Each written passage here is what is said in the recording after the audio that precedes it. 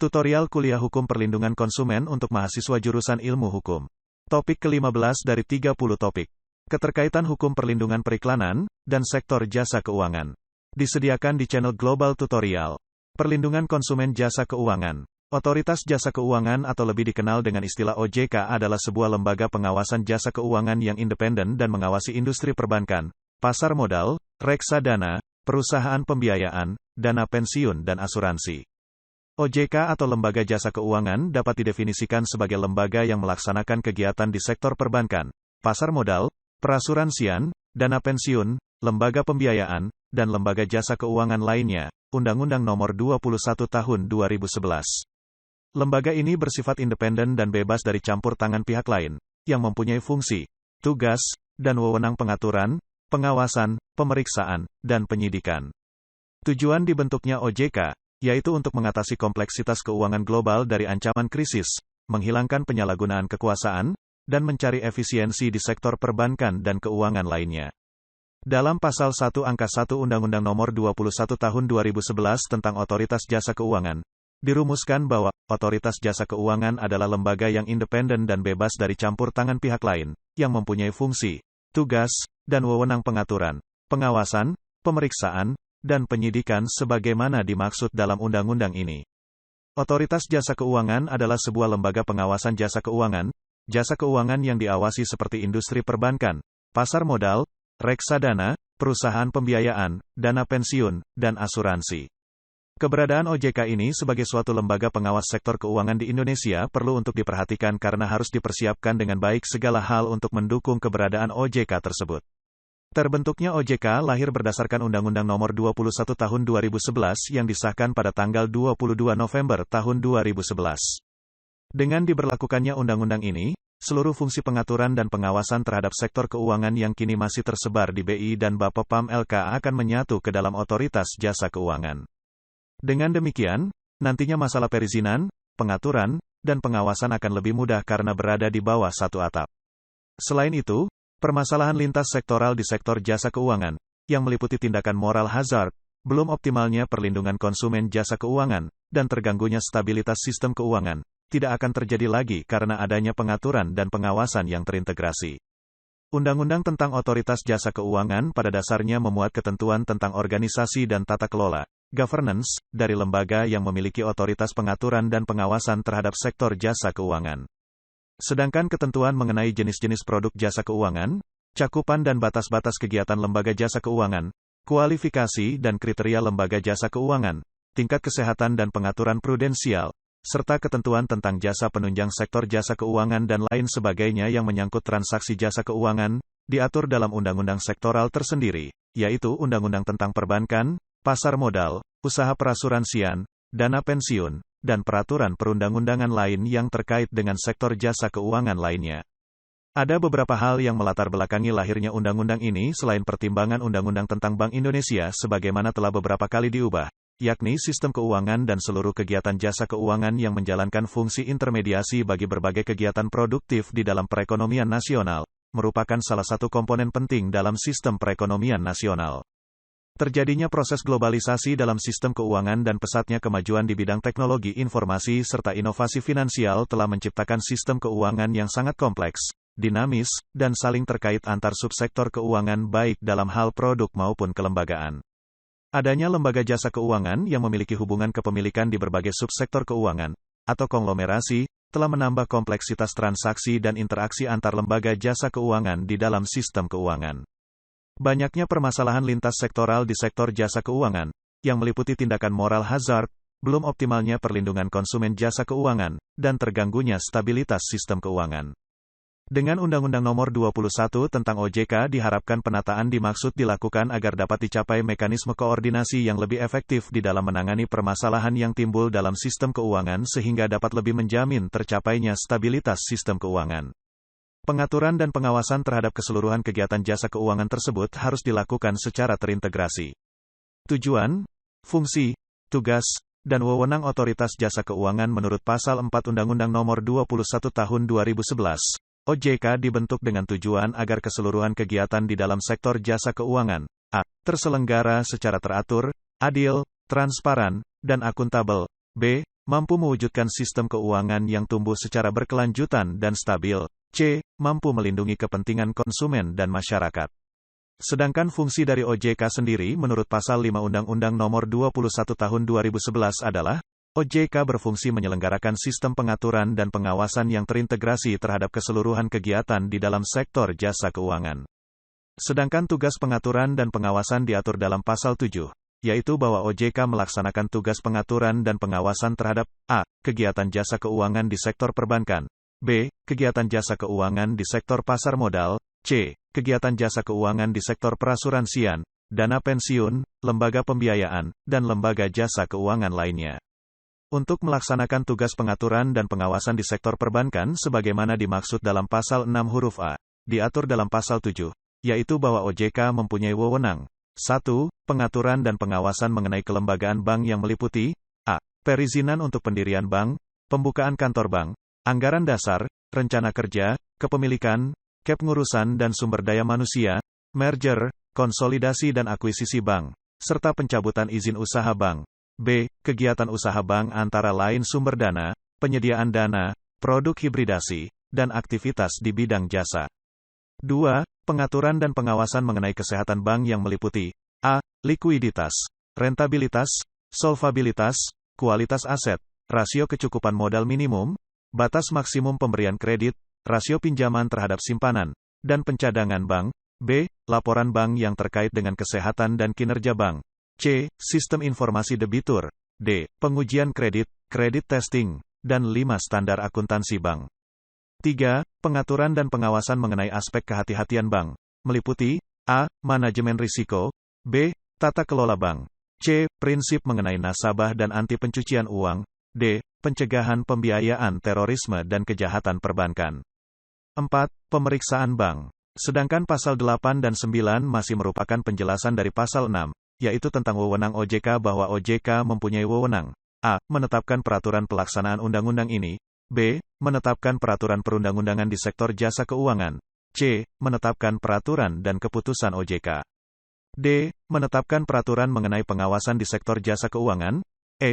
menetapkan kebijakan mengenai pelaksanaan tugas OJK, f. menetapkan peraturan mengenai tata cara penetapan perintah tertulis terhadap lembaga jasa keuangan dan pihak tertentu, g. menetapkan peraturan mengenai tata cara penetapan pengelola statuter pada lembaga jasa keuangan, h.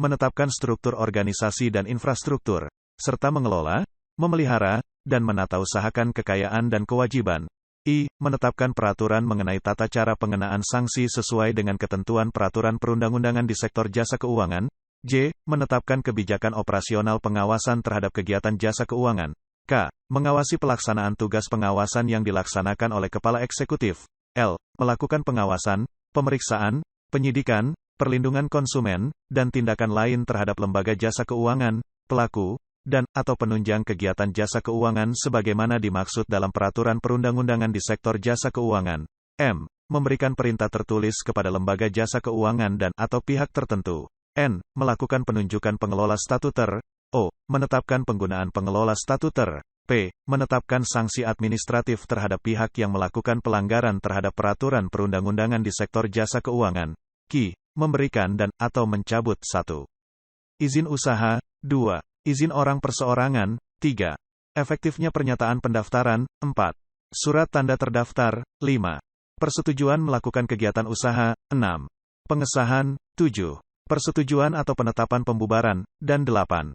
penetapan lain, sebagaimana dimaksud dalam peraturan perundang-undangan di sektor jasa keuangan. Dewan Komisioner OJK dipimpin oleh Dewan Komisioner, seperti yang dijelaskan dalam Bab 4 Pasal 10 Undang-Undang Nomor 21 Tahun 2011 tentang OJK, yaitu 1. OJK dipimpin oleh Dewan Komisioner, 2. Dewan Komisioner sebagaimana dimaksud pada ayat 1, bersifat kolektif dan kolegial. 3. Dewan Komisioner beranggotakan 9 orang anggota yang ditetapkan dengan keputusan Presiden. 4.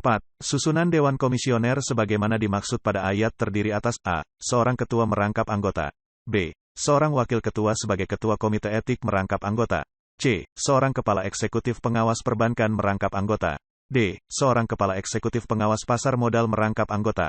E. Seorang kepala eksekutif pengawas perasuransian, dana pensiun, lembaga pembiayaan, dan lembaga jasa keuangan lainnya merangkap anggota.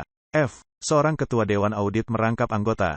G. Seorang anggota yang membidangi sidukasi dan perlindungan konsumen. H. Seorang anggota ex officio dari Bank Indonesia yang merupakan anggota Dewan Gubernur Bank Indonesia. I. Seorang anggota ex officio dari Kementerian Keuangan yang merupakan pejabat setingkat eselon 2 Kementerian Keuangan. Anggota Dewan Komisioner sebagaimana dimaksud pada ayat 4, memiliki hak suara yang sama. Otoritas Jasa Keuangan dalam melaksanakan tugas pengawasan dan pengaturan di sektor jasa keuangan dalam perlindungan hukum bagi masyarakat, diatur di dalam Pasal 28 Undang-Undang Nomor 21 Tahun 2011 tentang Otoritas Jasa Keuangan, yang menyebutkan, untuk perlindungan konsumen dan masyarakat, OJK berwenang melakukan tindakan pencegahan kerugian konsumen dan masyarakat yang meliputi A. Memberikan informasi dan edukasi kepada masyarakat atas karakteristik sektor jasa keuangan, layanan, dan produknya. B. Meminta lembaga jasa keuangan untuk menghentikan kegiatannya apabila kegiatan tersebut berpotensi merugikan masyarakat. C. Tindakan lain yang dianggap perlu dan sesuai dengan ketentuan peraturan perundang-undangan di sektor jasa keuangan. Berdasarkan ketentuan Pasal 29 Undang-Undang Nomor 21 Tahun 2011, OJK melakukan pelayanan pengaduan konsumen yang meliputi A. Menyiapkan perangkat yang memadai untuk pelayanan pengaduan konsumen yang dirugikan oleh pelaku di lembaga jasa keuangan. B. Membuat mekanisme pengaduan konsumen yang dirugikan oleh pelaku di lembaga jasa keuangan. C. Memfasilitasi penyelesaian pengaduan konsumen yang dirugikan oleh pelaku di lembaga jasa keuangan sesuai dengan peraturan perundang-undangan di sektor jasa keuangan.